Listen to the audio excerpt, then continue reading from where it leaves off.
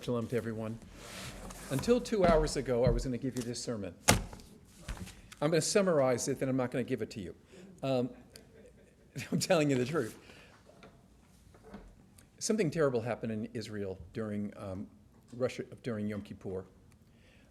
It is traditional in all the cities in Israel that they have kind of public, in the public square, some group organizes it, Kol Nidre services, and then Ne'ilah services at the end. And every community kind of decides for itself what the nature of the service is going to be. And of course, things have just gotten crazy in Israel. So Tel Aviv, which is the kind of secular city, although the word secular doesn't really mean anything in Israel, in the same way it means here. So it was decided by the municipality that there wouldn't be a mechitza, that there wouldn't be a separation of men and women. It's a liberal city, that's not what they want. Other cities like Bnei Brak, they have it.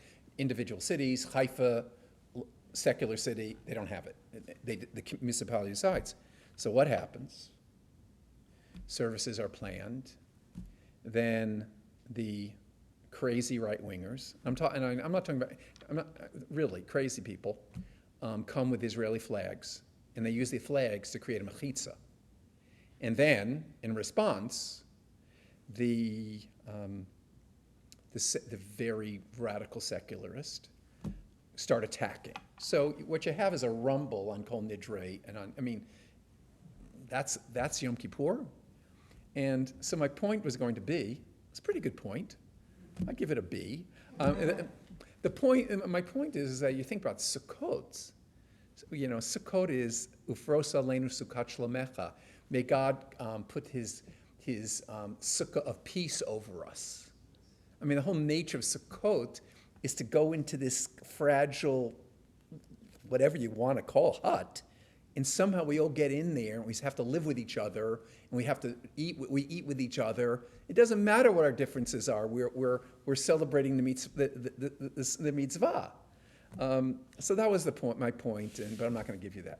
Okay, I'm not going to give you a sermon that I wrote because I don't think I would want to give this sermon because people might yell at me. But since someone else, so let me tell you what this is about. Rabbi Danya Ruttenberg is this brilliant woman rabbi. I don't know, it's hard to describe her, but I don't know, what time did they do this? 4 o'clock. She sent out this, I don't know what you call it. She entitled it "The Urgency of Demanding Joy," and it's now, we talk about as a Reform synagogue, we believe in ethical Judaism, and that what people I think are trying to say is we believe in a prophetic Judaism, a Judaism that talks about social issues, Judaism that talks about what's wrong in society and how you use Judaism to use those values to apply you apply Jewish values to those problems, and that's what Reform Judaism always is like, and that's why Stephen Wise, who's one of my rabbinic heroes, he would get up at Carnegie Hall every week. They had services on Sunday, and he was so eloquent, he would just speak out on every kind of issue. So we don't have that kind of prophetic Judaism like that, with rabbis getting up with these big voices and doing whatever they're going to do. But she wrote this thing, and I'm going to share it with you. And since I didn't write it, you can't yell at me. Although, if I was sitting in the pews and I heard this, I would say, that's a good sermon. I don't rate my own sermons. I cry about my sermons. Okay, so this is it. One of the key commandments of the holiday of Sukkot, which begins tonight, is to be happy. V'samachta b'chagecha. The Torah instructs, you shall be joyful in your festival. The same meta question underlies commentary after commentary on the verse, how on earth could Jewish law command a person to feel happy? How do you command someone to be happy? How does it work to command people in a religious context to feel a feeling? As it turns out, that's not what's going on. The Torah teaches, and she quotes Deuteronomy, one of the explanations of Sukkot, you shall observe the festival of Sukkot 7 days, and after you have gathered in your grain and your wine, and you shall rejoice in your festival, you and your son and your daughter, and your manservant and your maidservant, and the Levite, the stranger, and the orphan, and the widow, who are inside your gates. 7 days you shall hold a festival of God, and you will have nothing but joy. That's what it says. I mean, she's brilliant. Oh man, she's so brilliant. So, in context, be joyful is better translated to rejoice. That is to say, you should do a series of actions. You should come together with your family, your workers, and the various people in your community who are not vulnerable and who do have resources, like in the case of the Levites, land ownership, to hold a festival, presumably featuring the aforementioned grain and wine on their own. And more than that, the Torah's constant refrain to remember the stranger, orphan, and widow recognizes that those who are marginalized because they are immigrants or socially other in some other way, because they are young and at risk, because of gender and status, are especially impacted by poverty and other harms. Yep, that ancient intersectionality, everyone must be included, cared for, and empowered. That's not even political yet. Our joy isn't really joy if it's available only for the privileged. You know, we're going to go out there and sip wine, and we're going to feel so good about ourselves, but the world stinks. No, I mean, let's be prophetic for a moment. Our joy isn't really joy if it's available only for the privileged. There's no joy if those who are most likely to experience harm are excluded from our purview in our celebrations. That's not really rejoicing. Unfortunately, many in Congress right now are using the government funding process to undermine exactly this vision of what's possible when everyone is able to live with dignity and share in our growing prosperity. Now you know I had to give this tonight. Some lawmakers, as we speak, are using this year's 12 appropriation bills that fund government services and programs, as well as the National Defense Authorization Act, to further their harmful agenda, attacking access to abortion, cutting programs that support women and children, threatening the health and safety of the LGBTQ+ community, undermining efforts to advance diversity, equity, and inclusion, and taking aim at those experiencing poverty. For example, the bills at present would gut $64 billion from the public education, preschool funding, and job training for young adults and working families. And it would pull access from as many 80,000 lower income children to educational, nutritional, health, and social support and care. These bills would undermine diversity, equity, and inclusion and anti-extremism training meant to protect and support all military service members. They would attack gender-affirming care for veterans and their families, and as well as banning the pride flag and providing a license to discriminate more broadly on the basis of sexual orientation and gender, especially in the military.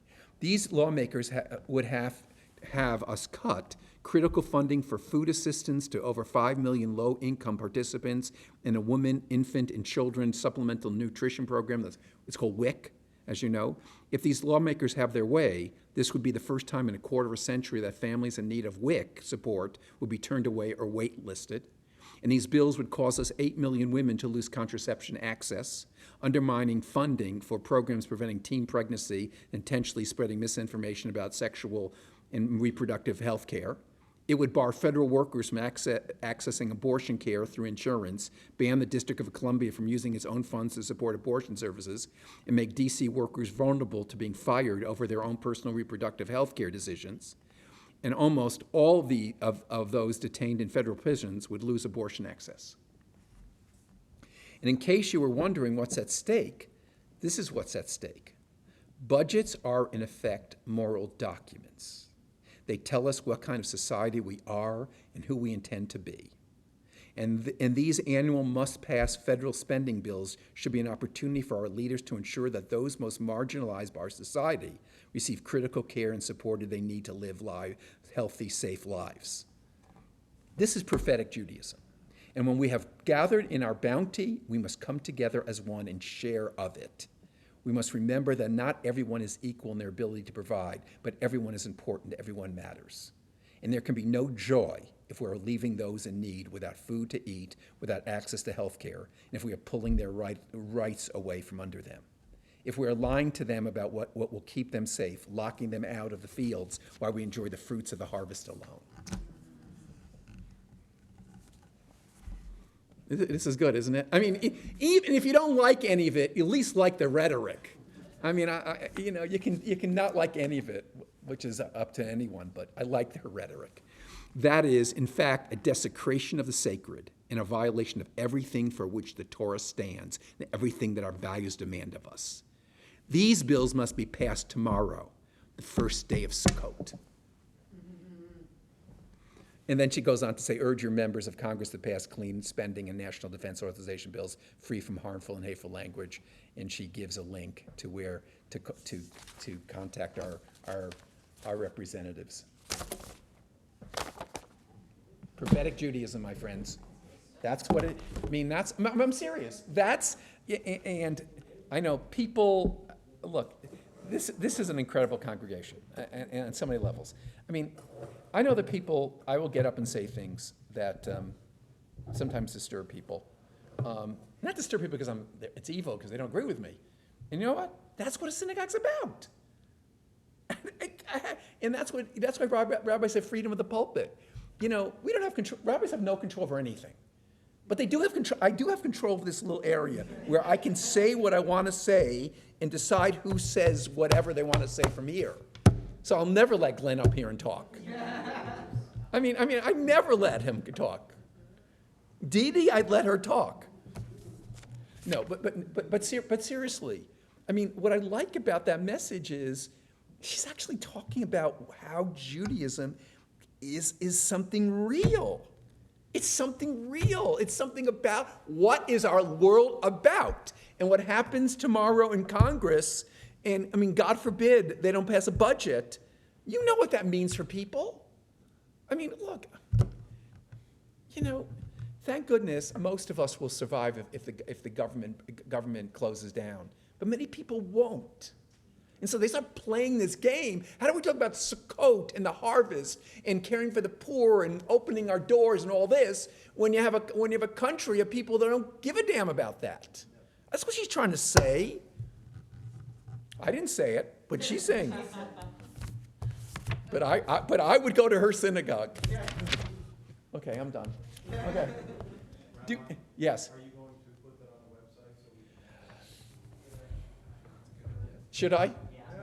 You gave the sermon and recorded it. So you might as well put it on the website. I just don't know if it's kosher for me to do that. Okay, if she says that I can do it, I'll do it. There you go. Okay, is that fair? Okay, I like that.